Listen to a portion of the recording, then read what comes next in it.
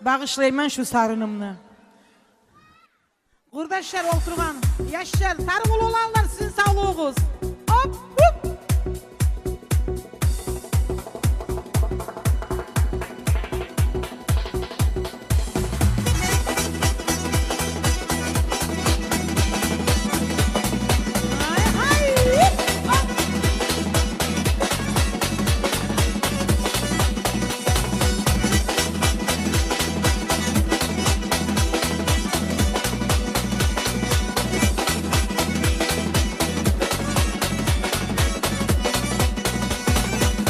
Sizin kursiyemin sizge yazamanıyım.